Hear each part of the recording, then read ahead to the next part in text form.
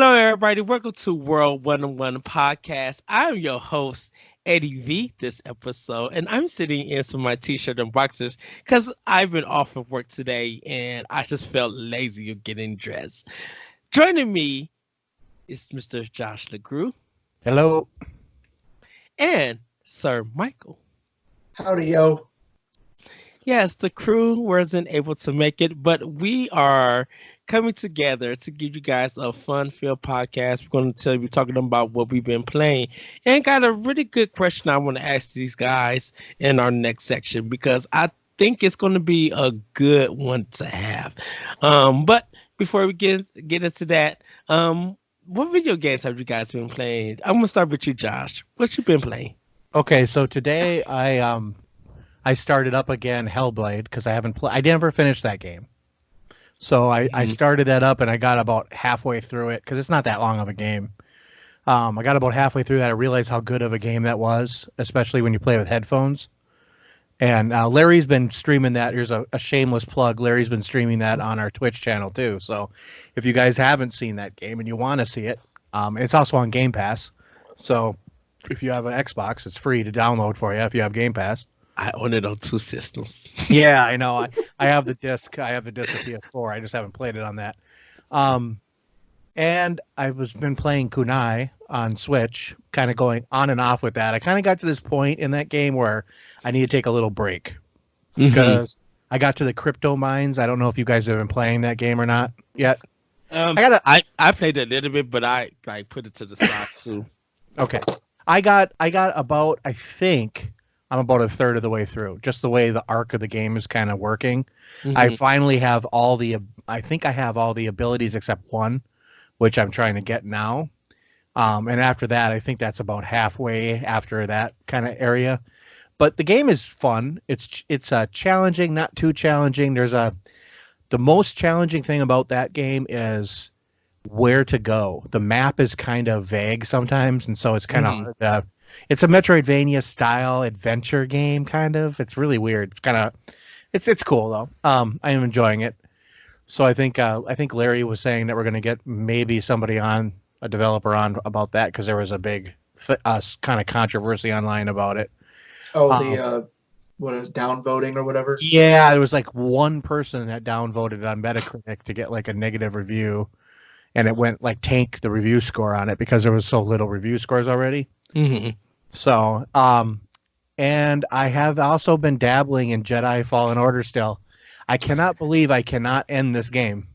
I'm still waiting for a good sale to pick it up. Like people just like, Eddie, just wait. Yeah, I already got too much on my plate, but just wait to pick the game up. But go ahead, Josh. No, this is like my first like real Souls game that I played, and I really suck at these games. So it's taken me a long time. I'm dying a lot.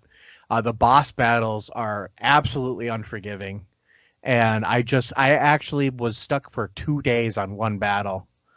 And I was like 4 hours each. I'm like, you know what? I got to put this down for a while. That sentence is exactly why I don't play the Souls games. Now, there is a mode, and to be honest, to be fair, there's a mode in that game that says that for the level of difficulty, it just says story.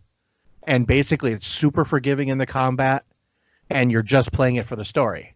So you can kind of hack and slash, I think. I'm like one notch above that. And I really contemplated putting it down, notching it down. But I'm like, I'm going to keep doing it because I'm almost there. And I want to say I beat some kind of a Souls game at some point, But I got to, so I've got to kind of get into that a little more again. But that's really all I'm playing. Just those three. Oh, awesome. Yes. Yeah, Kanai I put to the side. Because I got to one part and I was just like, I'm gonna come back to this. I'm gonna work on it and finish it. But I'll get into what I've been playing a little bit. But Michael, what have you been playing? Just Darksiders Genesis still. I finished the main campaign. I finished it on the normal difficulty. So I kind of went back and started tinkering with the apocalyptic difficulty. Ooh. And well, because I've beaten all the other ones on Apocalyptic, like including the third one, which was similar to the Dark Souls type story, the Right. series. Is Right. that's the hardest difficulty, right? Is it Yes. Okay. Yeah. And this one, there's something like I feel like I'm not doing something right, because even my most damaging attacks are just doing chip damage. Right. And it's just like, so it's really tedious, like, because I have to keep switching back and forth between them. Excuse me. Wait in with War until he takes enough damage that he's about to die. So then I switch to Strife, and it's literally just circle the enemy shooting at them.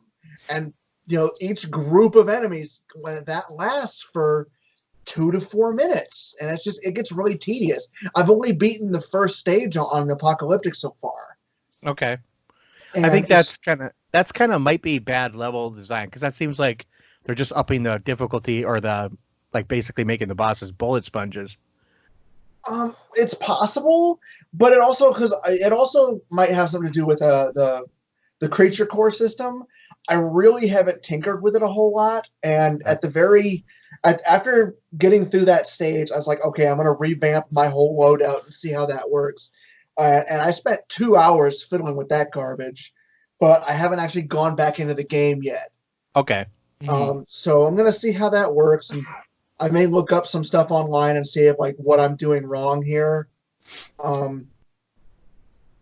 There's also the part of me that's thinking, like, because as I said, I've 100% of the game on my PS4, on the rest of the series on PS4, and the one I'm currently playing is Switch for Genesis.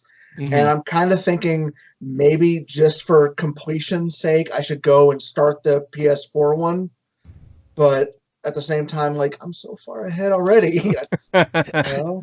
Do you think Darksiders 3 is going to get announced for the next Switch? direct? Yeah, for Switch. Like, it's time. I would PS2 has- assume. I'm kind of surprised it hasn't, to be honest. Because I did actually look it up, because I realized it's the only one I didn't have for the system. I'm actually really wanting to go back through the Darksiders 1 on the Switch. Because can I tell you? I want to know if the cutscenes are fucked up still. Oh, The War Mastered Edition, the sync was out of sync at like about halfway through the game. The cutscenes get really out of sync and it gets really bad. I want to know if the Switch version fixed that or not. It's funny that you mentioned that, because when you said talking about 100% in it, I'm just like, man, I think I really want 100% the first Darksiders, because I beat the game, but I didn't get everything to it, and I'm just like, what did I do wrong to not get everything? I'm like, I've been there's some grinding involved if you want 100%, like all the trophies. There's actually one trophy in that game I've never been able to get. It's that part on that fucking angelic mount where it's a rail shooter, basically. And you have to, the trophy unlocks when you kill over 160 enemies in that part, and I've never been able to do it. Like, I'm really bad at shooters, so I'm blaming it on that. But, like, I'm just, I had one file right before that part that I literally would just keep trying every so often. And eventually I got so fed up with it, I was like, fuck it, I don't care that much. right. But, like, because Darksiders 2 and 3, I've 100%ed both, though. Actually, Darksiders 2 fucked me over sideways at one point. 2 is the only one that I need to beat in this whole series. Like, I have it on PS4, and I have it on Wii U also, but I really need to focus on PS4 because I'm a little further on that version. I really want to beat that game. My biggest complaint about that one is the loot system really takes me out of the game. Because every time you pick up something new, you got to stop and check the stats. And on average, every new item you has 8 different stats out of a potential of like 12 or 20 or whatever. Right. And it gets so tedious. I will say this, though. If you really want to make the game simpler on yourself to 100% it, go the Necromancer tree. Go the Necromancy tree with the, what's it called? Like, and for your loadout, you want stuff like arcane crit, and your execution chance. Because once you go the necromancy route, literally all you have to do is summon your ghouls, summon your your flock of seagulls, your flock of crows, and then sit back and shoot your gun, and it'll refill your energy as soon as they get killed. You do it again, because the Harbinger tree is, like, as I said, at early game it makes it way easier, but by the end of the game it's very brutal. Like with the Harbinger, I actually can't get through the arena. Okay. So, yeah. Second one is the only one I've only played the first one. Yeah. So I mean, I kind of am debating, should I skip the second one, just go right to the third one? I mean, I'm not really into the story that much. I'm just like, I'm gonna tell you now, the third one plays like a Souls game. Okay. So, like, honestly, like, gameplay wise, I actually enjoyed the second one a little bit more than the third one. I still think the first one is hands down my favorite out of all of them. Yeah. I agree. Well, because as I said, like, each game is very much like, the first game is God of War meets Legend of Zelda. Yeah. Second game is God of War meets kind of the MMO aspect, like. Right. Third one was a Souls game, and then the new one was Diablo. Interesting. Yeah. That they're each kind of their own whole different concept. Which I actually think, that's think cool. It's a really neat concept. I actually really enjoy it. Because it kind of keeps it fresh, but at the same time, like, they're trying new things, and certain aspects just don't work with each one. Like, as I said, Fury in the third game, it plays like a Souls game, but it's a very watered down Souls game. Right. Yes. As I said, Death is the only one so far in the entire game series that doesn't have a double jump. And because you're so used to, in these kind of games, the action games, having a double jump, it feels weird not having it. Sure. And like his whole mechanic is the ability to run along walls and climb walls and stuff like that, but he can't climb everything. He can climb very specific things. So that kind of takes me out of the experience as well. That's fair. Yeah. Which also bothers me, because in what's it called? Like, in Genesis, War and Strife can do some of the wall run stuff. Okay.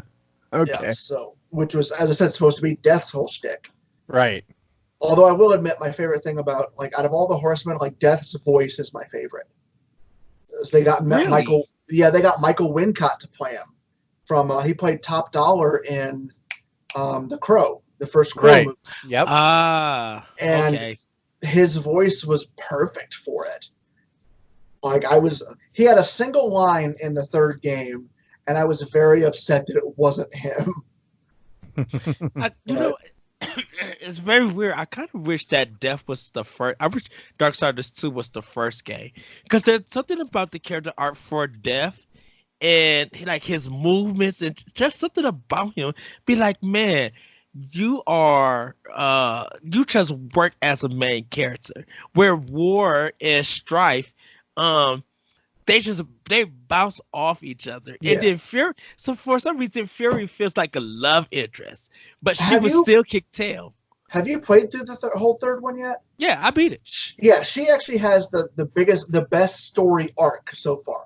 Yes, that I agree. Yes, there's actually a reason, though, that War had to be first. Is because the story, he sets up all of it so far. Mm-hmm. Like, him being framed as he was is what set up everything across the board.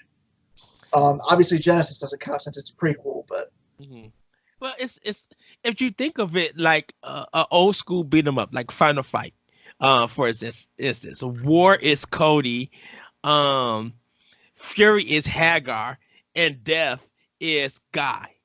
I can see that. And then Strife, if there was another character who could balance it out, he would be someone who's versatile in a sense, but it's hard to like really put him. He's kind of like, I want to say maybe like the Michelangelo of the group. So if you look at Turtles, War is Leonardo, what you're saying is right now. I want to see a walkthrough beat 'em up where they just take characters from all the walkthrough beat 'em ups from when we were kids and put them all together. Ninja Turtles, Streets of Rage, Final Fight, fucking Peacekeepers. I want to see this. Yes. Why not? Those kind of games. Yes. You know? Yes. Like the last one I played was the Scott Pilgrim game, which was fucking fantastic. But yeah, everybody's mad that that one game would never come back, and I think it's due to the licensing. Yeah, it is. I still have it actually on my PS3. Like it's pretty much the only way you can get it at this point. Yeah, I think it is. And it was a well done game. It's a lot of fun with more people. Like, oh yeah. Although all those games were. Yeah. That's why Castle Crashers is still amazing because. Yeah, even on Switch, I heard it's good. I haven't actually. I bought it on Switch, but haven't played it yet. Yeah, I have it on Xbox One, but I think I need to buy it on Switch also. Yeah, why not? It's the ultimate party system. Yeah, you just bring it with you anywhere. I hadn't even thought of that. Yeah, like I just bought it because, as I said, I never turned my Xbox on. So I know. I've just been using my Xbox for the first time in a long while because I've been a lot on the Switch lately. So with Ori coming out soon, I actually need to. I know. I need to upgrade it. I know it needs turn it on. Update. Yeah. Turn it on. So I'm gonna get into the $100 collection from GameStop. It's supposed to be getting the mail to me for Ori and the Will of the Wisp. GameStop had a lot of them online to order, and I'm just like, pre-order. $100 or is it the $50? It's $100. Okay. So hopefully you get it. I don't remember which version of it I bought. I bought the $50 collector's version or whatever. That's the one I got too. I think I got mine from Amazon, but you can get it from GameStop or Best Buy. They all have them now. I think I got mine from Best Buy actually.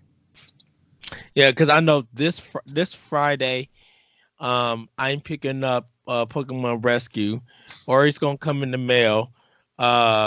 Doom Eternal in 3/20/20, right? Yeah, Doom. Yeah.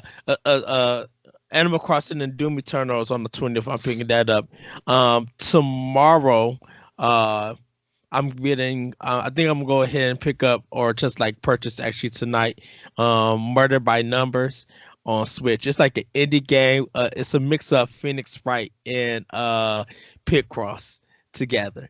And the artwork looks really, really cool. And there's no reviews out for it yet, but it's just been hovering in my mind. Be like, this game looks so interesting. And I think I'm gonna jump in and just go ahead and get it. So whether it's good or not, this will be like, yeah, I'll have it. And it'll be my first Picross game. I've never played a Picross game, man. I haven't either. I've never even heard of them.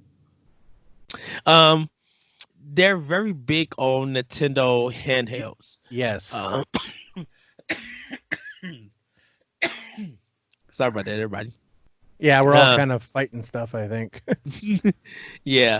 Pierce started for IGN. He's a big Picross fan. And so I really can't wait for what people say when the game comes out. It's one that I'm looking forward to. But Michael, that's all you've been playing? Yeah, like that. I'm still playing. What is it? That fucking Hero Wars, but I still hate it. I do it fucking daily, and I can't stand it. That's a mobile game, right? Yeah, like it's one of those mobile games that's designed to try and milk money out of you. Sure. And like, I generally don't throw money at it, but for some reason, I'm mildly addicted to just doing it every day. But as I'm doing it, I fucking hate myself for doing it. So, you're like, damn it. Yeah. Gotta do this though. I'm so surprised that you didn't pick up Daemon X Machina for Switch. I don't know anything about it, but there's a demo for it still. Is there? You can get free. It's a free demo out there. Like it's mech combat anime. Yeah, it's from the creators. One of the creators used to work on Fire Emblem, Armored Core, just like all these famous Japanese directors and artists who have done work in mech games. And it's just like ever since and then it got average reviews and stuff. But I'm just like, I know a person who who loves Transformers and a lot of mech stuff. I want to see I want to see your color customization, because you could customize your mech on how they look and their weapons and stuff. You can even customize your character, and I want to see what you go with, because you have a great eye for design when it comes to mech, and I would be like, okay, I need to know your color. Did you ever play on the PS3? There was a what was it? There was a digital only title called Eat Them. Did you ever hear of this? I heard of it. I didn't buy it. Oh my god, it was so good. Literally, what you do is you build your kaiju and then fuck up a city. That was the game. And like you gain more power by you gain more power by eating people. You just smash shit. It was very undercooked because it needed a lot more to it. Because the story was very comic booky, but it was a very fun game for the $10 I spent on it. Yeah. Oh wow. Yeah. I always wanted to see them like if they do more to it, but nothing ever came of it because I'm pretty sure I'm the only person on the planet that bought it. Well, Platinum Games is doing a country kind of game. It's a third game in the series. They're doing like an Ultraman style game. Yeah, they got a trailer out. That was their announcement last Tuesday, I think. It doesn't because they worked on Beautiful Joe and Wonderful 101. Oh, I know what you're talking about. I haven't watched the trailer yet, but I know what you're talking about now. Yeah, I liked Beautiful Joe. I just wasn't good at it, so I got frustrated and put it down. It's one of those games where like you had to get that rhythm going. Yeah. The rhythm and then the comboing of the punches and everything together. I love that game, but I wasn't good at it either. I loved it though. Well, I bought it specifically because you could play as Dante in it. You got the PS2. That's the entire reason I bought it, and I loved how weird it was. It was because it wasn't Clover. Was that Clover? Yeah, it's Clover. Yeah, yep. I mean between that and what the fuck was it? Okami. Yeah, I knew it started with an O. I said, those two games were phenomenal. And that's why I was just like, when Capcom shut Clover down and Platinum, they all left and became Platinum Games, and I was just like, okay, yeah, I see what they're doing. Yeah. Yes. But sorry for interrupting you. No, that's all. That's good. Still playing Tokyo Mirage Session. I'm at a part. I think I'm getting closer to the end. Because I'm at a part where I got to go to different parts of the map and get some things. So I'm just like, oh, this feels like this is getting close to the end. Play some more Chasm. Like another Metroidvania thing. I'm getting a little bit further, making progress. Started up Bloodstain, Ritual of the Night on Switch. Oh, okay. Yep. Yeah. Getting through that game. Just making progress. I was just thinking, I'm like, man, I got about 4 Metroidvania style games on my system, and I need to make progress on them. Well, actually 5 or 6, because Guacamelee 2, I made progress. Those are Metroidvanias? Mm-hmm. Yeah. Oh, I did not know that. Well, Bloodstain is, Chasm is. Well, I know Bloodstained is because I've got that one. Yeah. Could not, without having the Vania thrown in. Kunai and Guacamelee Melee 2, those are more Metroid style games. Cause I got and man, Guacamelee 2 is so good. Like they added so much in the kitchen sink, and I'm just like, I love this game, but I don't know why. I put it down from time to time because I'm like, I gotta break myself away from this because this is getting too much. I'm enjoying it, and I need to play some other stuff. It's all you play. You're like, this is all I'm playing. Yeah, that's how I play games, though. That's how I am too. Yeah, I can't. I don't know how you do it. I can't jump from game to game like that. The only reason I started jumping from Jedi Fallen Order to something else and then back is because I needed the break from Jedi, because I was getting to the point where I'm like, if I put this down, And I'm actually make it like a point to play something else off my Xbox because I'm like, if I jump to something else on my Xbox, I may not come back to this. I might be one of those games where I'm like 3/4 of the way through and I'm just done because I'm getting a little frustrated with it. So that's why I do that. But I usually don't either. I'm just like that. I'll play one game until I'm done with it, and then I go to the next game. Yeah, cause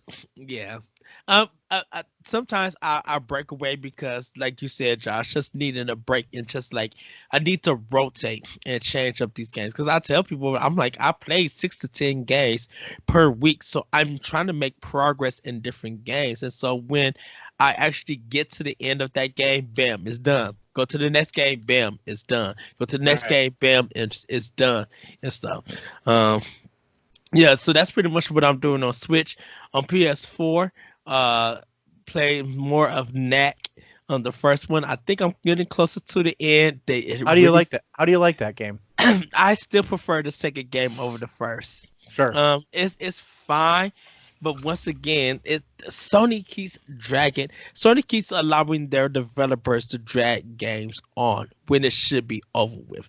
Like I understand they're trying to do like a lot of stages for a game, but it's just like, how about you do 2 stages and move on, or how about you just do one whole level, let me collect what I need to collect and move on. Give me 10 or 11 stages and let's call it quits, because I think they're trying to go sorry about that. I think they're trying to go like for 12 or 15, 16 some levels. I'm just like, when you guys do this, you really are dragging this game along, and it's just. Yeah, I think Knack, just because it was a launch game. Yeah. I think it suffers a lot from that. Like it sold really well because launch games sell well because people are looking for games to play on their system. Nothing else to play. Yeah, so they just want to play a game. But I'm in the same boat with you, Eddie. The first game it lacks a cohesive identity. If they would kind of like, if they kind of just scrunched it up a little bit, it would be a lot better, I think. But what are you gonna do? Yeah. So. Also started up. I am downloading the Final Fantasy VII demo. Oh, the demo. Okay. Yeah, I wasn't going to play it. Because I want to play the full game, all 3 parts. I want to just play the whole episode. But I think to talk about it more with other people, I'm going to play the demo and like kind of see what everybody feel about it. It's been really good. Good reports from a lot of people. So I'm really happy to see that. So I can't wait once it finally downloads, I'll start it up. I probably won't get to it until like Thursday or something. Or I might get it to Wednesday. Is that a PlayStation only one? Yes. Launch. Yeah, at launch. Yeah. No, I mean the demo. The demo. The demo is a PlayStation only. Yeah. Yeah. Yeah. So I thought the same thing originally. Like when I heard about the demo, I was like, I've already got it pre-ordered. But part of me is thinking, but I kind of want to check it out. It shows a lot of confidence that the game is good, because they know that a demo could make people cancel pre-orders. Yeah. And they have a ton of pre-orders on this game. Right. And the simple fact of the matter is that this is such a polarizing game. I know. Like, if they screw this up, they're gonna shoot themselves in the foot. So, from what I'm hearing, and I've heard a couple of people, like Eddie said, I heard nothing but good things. That they like the changes that were made, modernized it in a good way. So, yeah, yeah, we'll see about that. So then that happened. Got the Division 2 on PlayStation 4. I already beat it on Xbox One, but I'm just like I said, it was only $3 or $4. $3, I think. Yeah, $3. So I just got it there. I haven't started it yet or anything. But also been playing Yakuza Kiwami. This is the remaster version of the Yakuza game. I beat the original one on PS2. And so I want to see what they offer with the PS4 version, like this kind of remake. So my goal is like to play that along with whatever else I'm playing. I'm trying to start getting my PlayStation library down and out the way. Because Good luck. like I got a lot of games. Well, this is the weird thing. So So of course, if people don't know, I host a show called Optional Opinion, and for the next show, I'm doing could Nintendo ever work with Sony again? Um, and it's just like I always wonder in the future would Nintendo and Sony work together uh to bring like games like Sony bringing games to Nintendo or Nintendo like actually working with Sony to make some of their movies or like use some of their IPs. And I kind of wonder just like have when the PlayStation deal went down in a way, that was an old Nintendo, and this is a new Nintendo, and it's kind of a new Sony also. So I wonder if they would come together to work. And so that's why I'm just like, I kind of want to see what Sony has.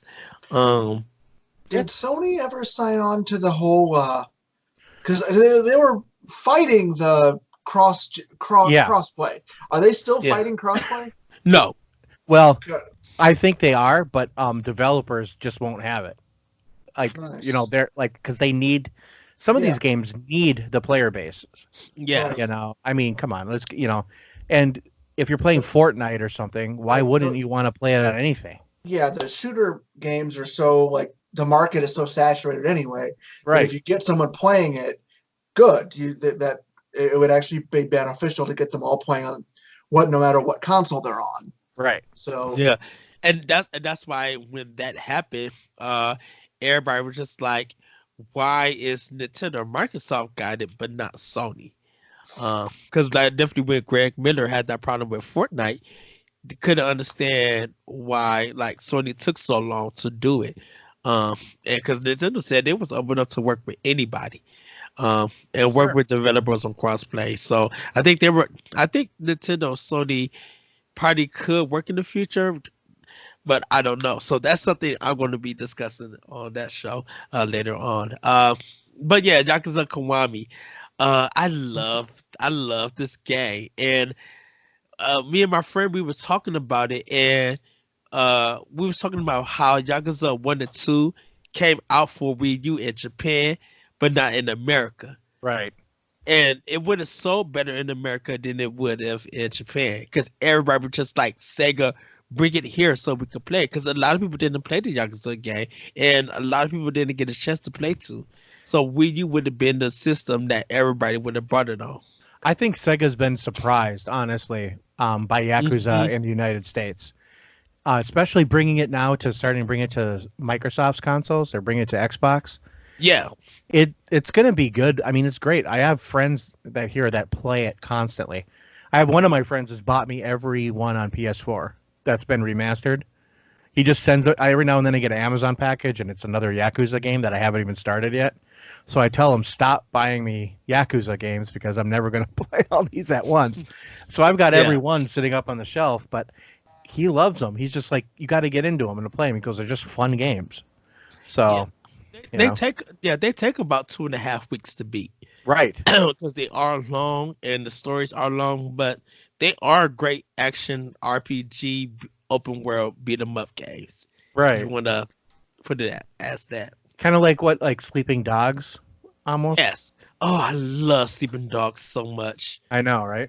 Uh, Michael, have you played Sleeping Dogs? I have not. Oh, that's you have to you'd play it. you'd Well, love like, that 'cause game. if I'm correct, isn't that like a Grand Theft Auto type game? It's open world with Batman Arkham Asylum mechanics. In Hong Kong. Oh, In Hong Kong. In Hong Kong. Yeah. And Okay. you're a gang member. Actually, you're a cop undercover as a gang member. Yes. okay, And then you that start- actually sounds and then- pretty damn interesting. And then And- you start, then the story starts polling like, you're making relationships with people and you're actually kind of like now you have to make some hard decisions, It may be one of the best open world crime stories. That was my first Ever. platinum on Sony on PlayStation 3. Nice. It was my first platinum, and then I played it on Xbox 360, Mhm. but I didn't finish it on Xbox 360. But I beat but, it. it's a Yeah, good game. I beat it on 3. I have the remaster or the HD version of Xbox One. Yep, I got that And too. man, it's like the driving mechanics is good. There's actually a part where you don't drive, all you do is shoot. So the AI is actually driving for you instead of Yeah, when you you hang out the on the way. window and aim for the tires. Yeah, Yes. that's pretty. Like, yeah.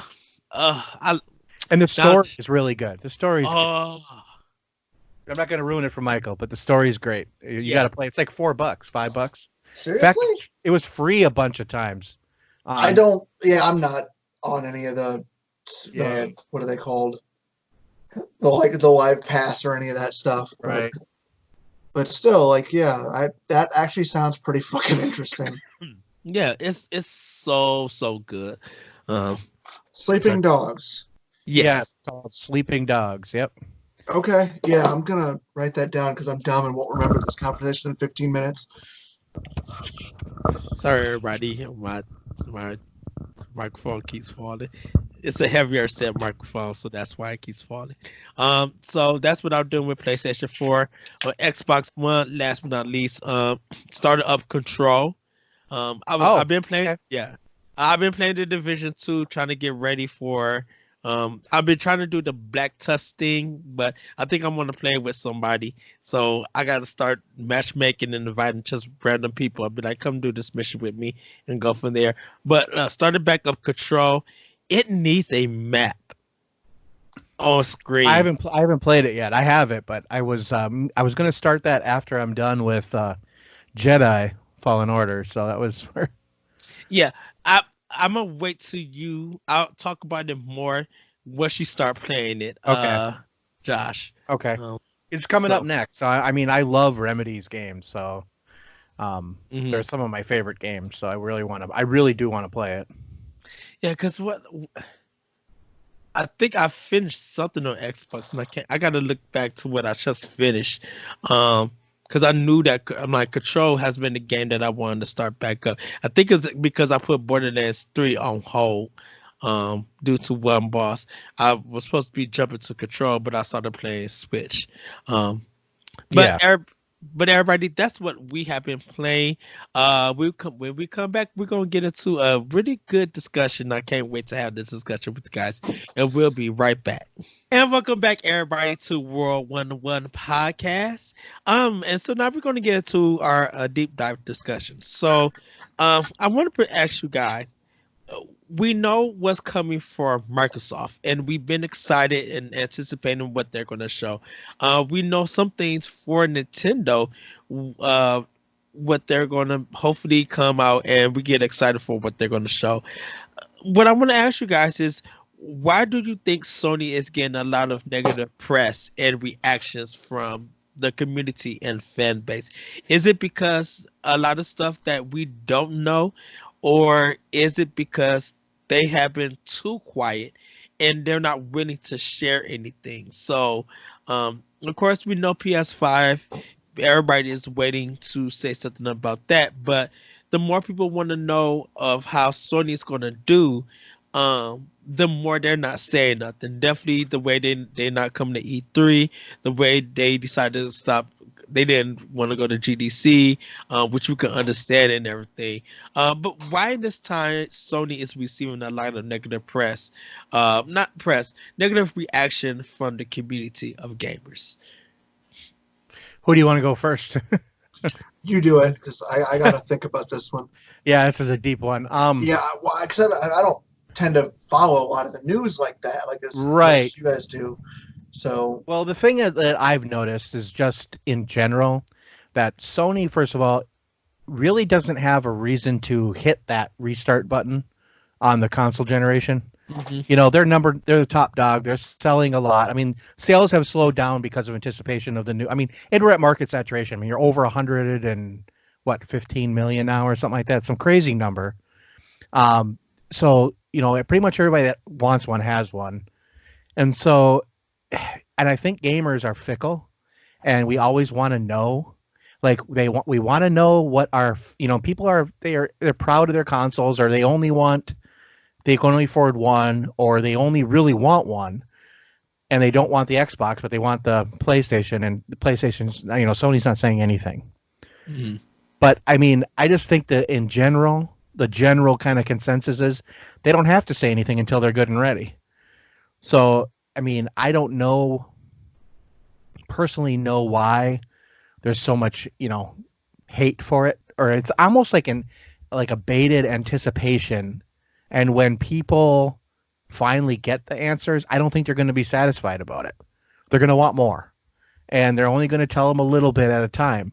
And I thought, we would at least hear some hard end specs, like right from Sony, and we haven't really. I mean, we heard some, but we didn't hear, we hadn't yet.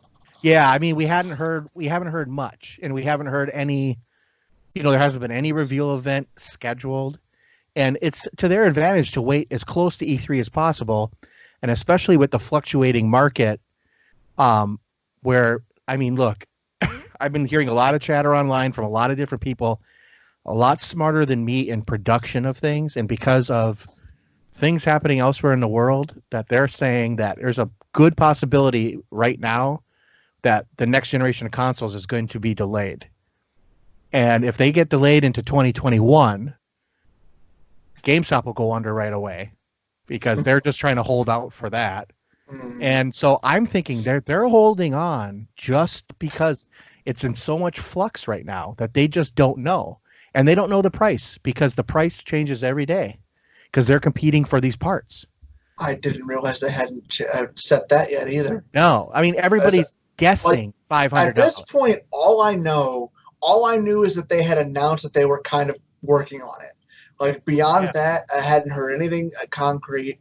I mean, they announced that they're working on that. They said they have backwards compatibility for PlayStation 4, and they're working on other backwards compatibility. They haven't admitted to anything yet about what's going to be that.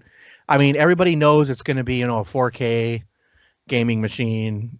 Yeah. I mean, Microsoft and Sony is going to be that. They're both going to have an optical drive. So we're still going to have that. We're not going to be streaming only or download only.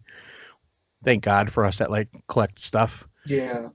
And I know that's coming within the next probably 15 years, but man, I'm going to hate it. My thing is until the internet gets to a reliable space. Very much. Especially in the United States. I mean, I lived in a rural area for a long time. I had no internet until I moved away from there, and my family that lives there now, they just got DSL like a couple of years ago. And we're talking about DSL. We're not talking about, 100 megabit connections. We're talking about 12 megabit connections, where when I'm FaceTiming them, they're like cutting out. So it's like, okay.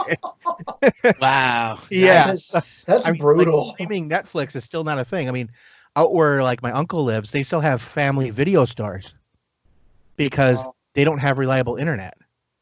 So they can't stream videos. Well, to be fair, around here, family videos are just starting to go away right now. Yeah, because a lot of people rely on it too, though. It was a thing, And to be honest, I actually miss video stores. Like, I miss Blockbuster. Like, the concept of going in, the magic of just the wall of shit, Yeah. But... yeah. So, I mean, I think that's some of the biggest issues that Sony's facing right now. I mean, I don't know. What do you guys think? I think the big thing is you're right on the concept that people are fickle. Like, they're fickle, and there's a weird sense of entitlement. It is across that people will be like, no, this is what I want. I demand it now. I want to know. And like you said, Sony, they don't have to right now. And obviously, as I said, Sony kind of hasn't been playing well with others lately. So right. I think they're kind of keeping their cards close to their chest right now. Anyway, I think part of it maybe they're wanting to see what the other two companies do, and because obviously, like, they're going to try and follow suit like they did with the PlayStation Move and shit like that. But I don't know. Like I said, I'm a bad barometer on stuff like this. Yeah, I mean, I know like a lot of people. I like my brother, for example. I have a brother that he gets, Madden and Call of Duty every year, and that's all he plays.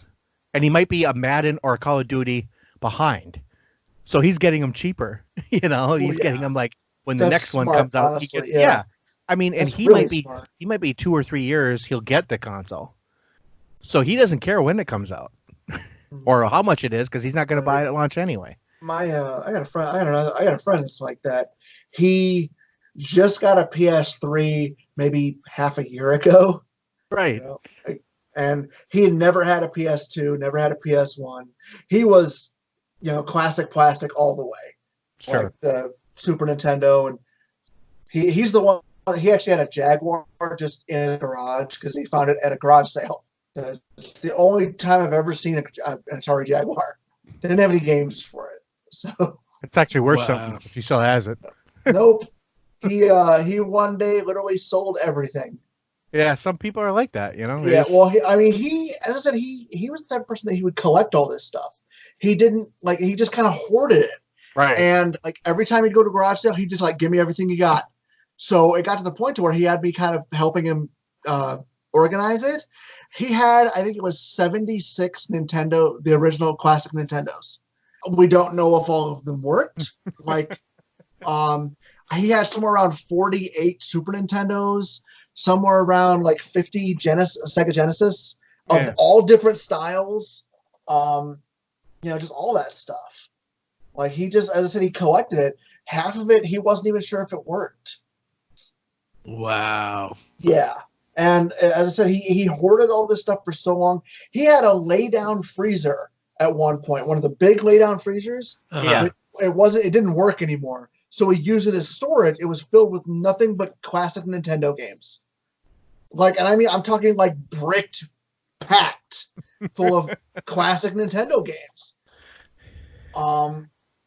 And as I said, eventually, just one day, he kind of just got fed up and tried to take it all into Michiana Used out here. And they're like, well, we need time to look through it all. And he just nope, don't care. And right. So I think he literally took pennies on the dollar for all of it. Sure, just to get rid of it. Yeah. Yeah. Wow. Well, I think for right now with Sony, I think Sony, people want Sony to talk. They want to say something about it because if Sony loses that momentum, it's going to be too late. Even though they might bring in the news and people might talk about them, the interest in it is going to be too late because Nintendo and Microsoft and even PC may have that interest taken away from them. The state of plays, regardless of how you look at them, haven't been hitting just the right spot where people are looking for a state of play.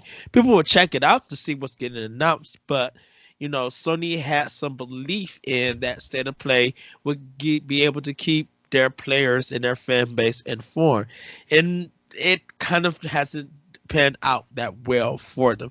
Not saying they're all bad, but they're decent. Excuse me, they're decent enough for people to be like, okay, that's some interest in that game. Move on. And no one talks about it. Where a Nintendo Direct will last for a week and a half, that people are revisiting reactions. People are talking about it, planning on what games they're going to get. Microsoft having Inside Xbox said whenever they decide to announce that, people are looking forward to what they have to say and what deals are going on. People don't want Sony to get that idea they had with PlayStation 3. Oh yeah, that hubris that they had where Yeah. Hey, if you don't want it, just get a second job, What? Yeah, that's what Yeah. well when PlayStation 3 was announced, it was announced at $600, right? I vaguely remember that. And people were angry and he's like, well, if you can't afford it, just get another job. There was one of their execs said that, Yeah. Wow. So you're like, it was almost like the Don Matrick, 2013 Xbox deal, but it was very interesting. I also think, Eddie, I think you're hitting it right, but I also think that Sony or Nintendo and Microsoft have gotten their audience used to the way that they do things. Like Nintendo, we know we're getting a Direct. Nintendo doesn't have these usually huge conferences. Everybody knows it. Microsoft still has the huge conference, but they have the Xbox, whatever that Xbox show they do every now and then. I can't remember what it's called now. But they do that at what is it, quarterly? or something like that. Yeah. Yeah, and then Sony is now trying to roll out this state of play, and I think you're right that people they don't really like what they see from that right away. So, and part of it is because I mean, look at all the great games we got from Sony. They just don't have anything right now to show. So why would they be showing games for PlayStation 5? Because that's what they have. I mean, right? Yeah. It just feels weird that Sony don't have any more cutscenes to show. They never show real gameplay. Well, they're pulling out because everything where they can show it. So they're not even coming to E3. They're not doing this. which I don't think. Which personally for me, I don't care that they're not showing at E3 because there's just more cutscenes they're going to show for a game. Show me what the actual game is going to be. But that speaks to a lot of things at E3, where when PC gaming is outdoing your shows or even your state of play, that's a problem. If you're leading something, you want to show what people are actually getting. Over time, we all could deal with patches. We all could deal with delays. We all could deal with stuff that feels like it's in the beta. But if you work hard to get more content out and make the game better, people who are committed will stick around with it. Yeah. Sony, and I'm just saying this. This is from America's perspective. This is not from a UK perspective or a Japanese perspective, because each territory thinks of Sony in a different way. I just want to say that. I think here in America, most of us, yes, we ran to Sony because of the used game debate. There's no denying that. What Microsoft was going to do with used games versus what Sony was doing, with used games. That won people over. But over time, Microsoft have worked hard to change people's minds. So more people are going to Microsoft, but somewhat playing some games on Sony. People have moved away from Sony and went to Nintendo or went to PC. Stadia is another discussion to have on at another time. But Sony was at its point, but because they're not saying nothing or they're not showing nothing, just because you had a good library of first party titles doesn't mean that that's going to keep people staying around. As crazy that may say, people are still going to Nintendo and playing Breath of the Wild. People are still playing Smash, Splatoon. People are still playing Super Mario Brothers. There's still levels of Mario Maker 3 coming out. People are picking up Astral Chain. People are still playing Fire Emblem for the third or fourth time. People are still playing a lot of Nintendo's first party ever since that the system been out since 3 years. Right. And even if a sale go on, people may show interest. People laugh at The Witcher 3 on Switch, but yet people are still buying that game and people are still playing it, even though it's been on other consoles and stuff. So there's something to say about Sony that, yeah, you got great first party titles, but what's really keeping people there? Bloodborne? That's one game versus the 10 plus some titles I just said for Switch. And oh, to go be ahead. fair though, Nintendo, like, they've had their collection of characters and what are the IPs, for a while. So that's right. just name recognition. Whereas, to be fair, on Xbox and Sony both don't really have nearly as massive an amount of IPs that are theirs alone. Right.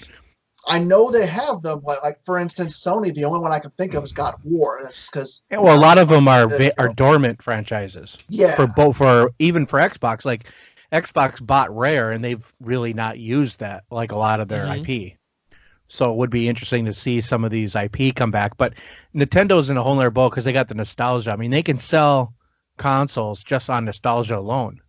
They could just launch a console and people will buy it. Right. Well, plus the concept that Nintendo kind of functions the concept. They could literally wipe their ass and write Super Mario on it, and people are gonna pay money for it.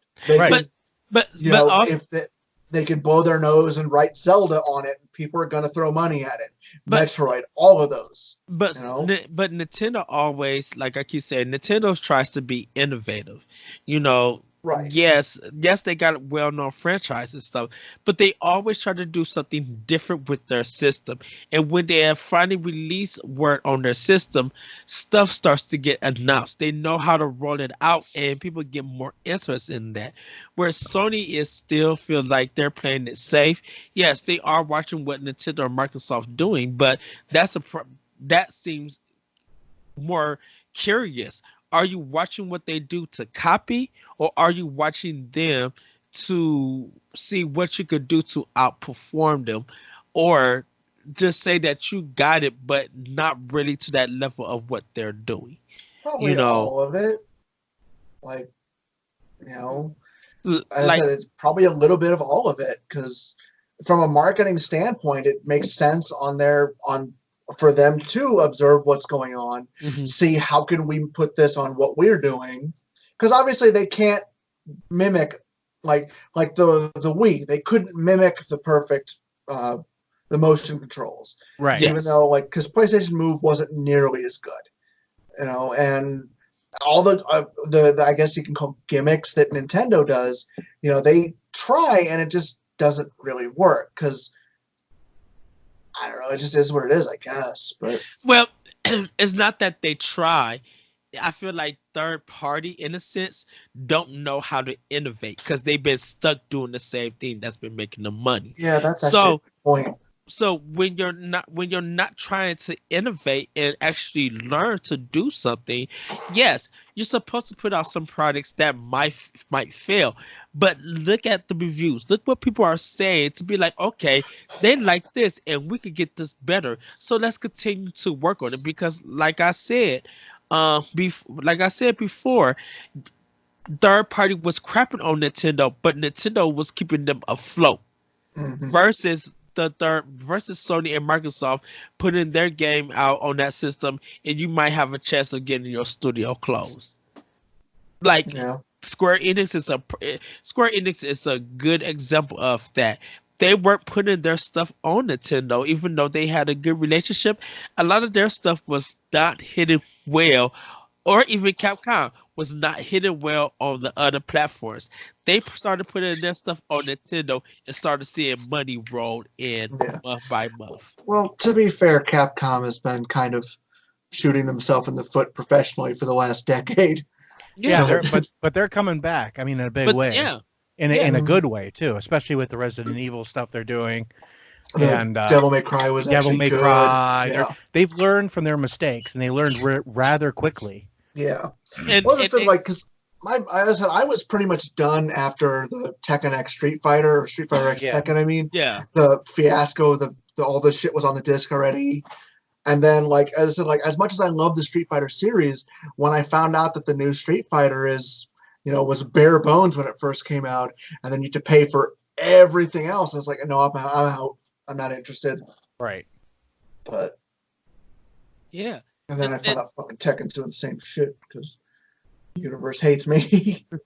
yeah, and it's just weird to see Sony in this position because I'm not saying a lot of us who view Sony, we don't want them to lose, No. but we want them to speak. We want them to say something because yes, you are going in this next generation with PS5 whenever it comes out.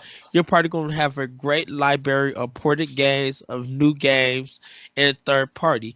But you got to speak now because if everybody is listening to Nintendo and Microsoft talk, by the time you get to Tokyo Game Show, if you have not said nothing yet, people are going to get even more mad, and that might decrease sales in your system. I'm going to tell you something about these new consoles. They're going to sell a lot. They're going to sell less, at least at Yeah. first, because there is no reason really. I mean, I'm completely happy with the console I have. They have to really sell me Yeah. on the new one, especially if it's backwards compatible. Right. Because I'm like, my Xbox One X, for example, if they're not going to come up with exclusives for that until, you know, a year and a half down the road, What's the incentive for me to upgrade now? There probably isn't one. And Microsoft's done a great job with like Game Pass, Yeah. getting us off onto a subscription kind of service. So, I mean, I And think Project Sony X needs, Cloud. yeah. And Project X Cloud, I wish I can get into that beta because I have a friend who's in there and he's playing it all the time and he loves it. So I'm like, okay. Because I feel like this ray tracing probably save states may get people interested, but the PC community knew about that years ago. People who were mining their systems knew about that years ago. 4K 60 frames per second is not doing it because you stated out the box that this thing will have run 4K 60 frames per second, but Sony, you got to checkerboard it, so you got to fake it.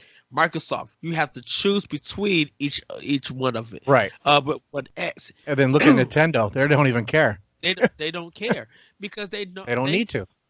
and it's not that they don't care. They know that if it's an art style that really brings you in, that you can appreciate and respect, and years later that art style still looks good and impressive, they have already done their job, for it. Stadia haven't given you 4K 60 frames per second or anything like that. But like I said, with these next consoles, with Xbox and with Sony, Digital Foundry is going to be big when they do their research, because they're going to show if that game is running at 4K 60 frames per second. They're going to show when stuff drops. They really are going to hold Microsoft and Sony to task with that. If you are promising and using this tech talk to sell systems and stuff, definitely for Sony, if they're using this stuff to sell it and it's not coming out, it shouldn't take a year for people to recognize to get that running on that console. Yeah. They really, and so that's why they need to speak now. They don't really have to show off the system. They don't really have to showing off a game would be nice, or even getting an announcement would be nice. State of play right now. If Nintendo doesn't do a Nintendo Direct, Sony needs to take the advantage of state of play. Besides just showing The Last of Us 2, they really need to take it and really build some hype. Because if they don't build it and it comes too late, everybody is not going to care, or some people will not care. It would give podcasters like us news to talk about, but when we talk about that news and move on, how impactful was it? That news that Sony delivered? Has how much information is actually out for the new Xbox system? They just released some. They just released some today. Really? Last week. So, Well, last week, but I mean, they're really starting to get into them now, and some of the tech specs are pretty impressive, actually. Really? So, Mm-hmm. but I mean, they're PCs. We all know they're PCs. Right. Yeah. Maybe that's honestly, Sony maybe just doesn't have anything too actually concrete yet. Like, because I said it's still very early. The thing is, you look at manufacturing processes; they have to be very close, if not already, manufacturing this console. Yeah.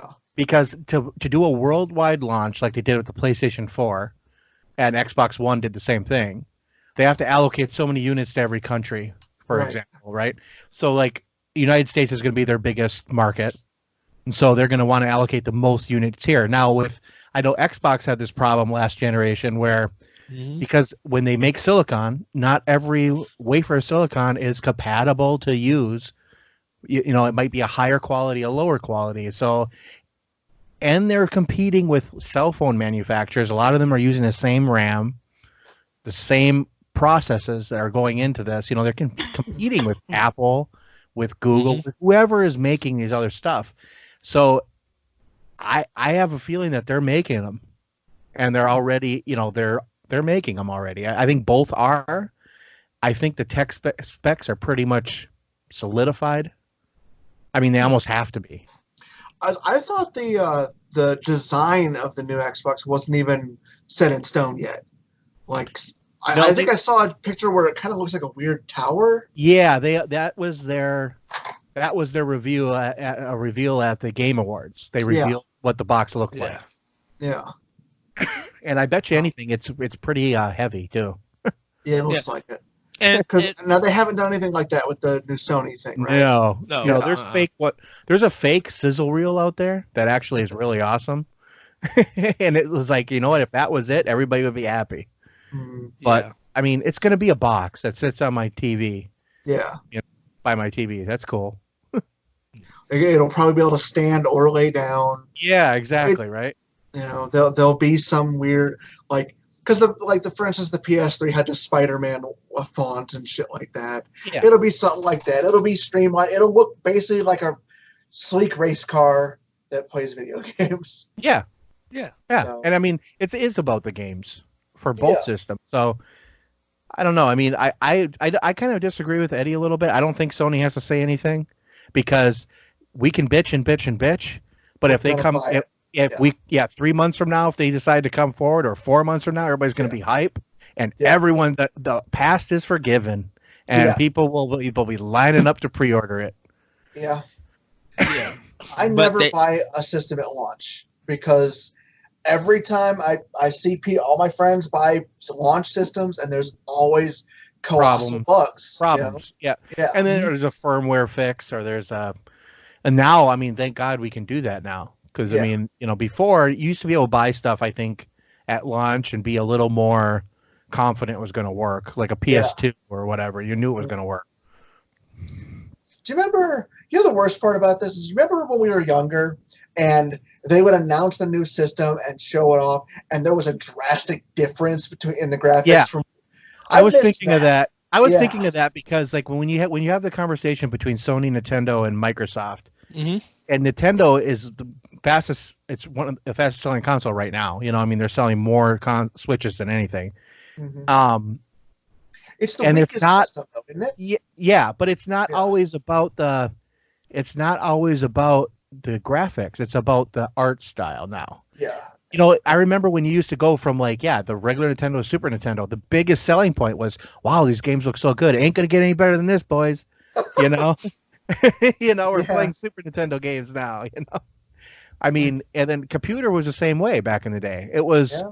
I mean, I remember we would buy computer games and it would be like one to the next. It was like doubling, graphics power or whatever. Yeah. So, Mm-hmm. and that's just not the case anymore. No. Now it's all about frames per second for fluidity, which I get. I mean, I never used to be that like 60 frame per second or until I started seeing games at 60 frames per second. I'm like, this is buttery smooth. This is really nice. So that's kind of like where I'm at with that stuff. But yeah, I remember that. I miss those days where all we cared about was how many bits it was. Yeah. You know? Yeah.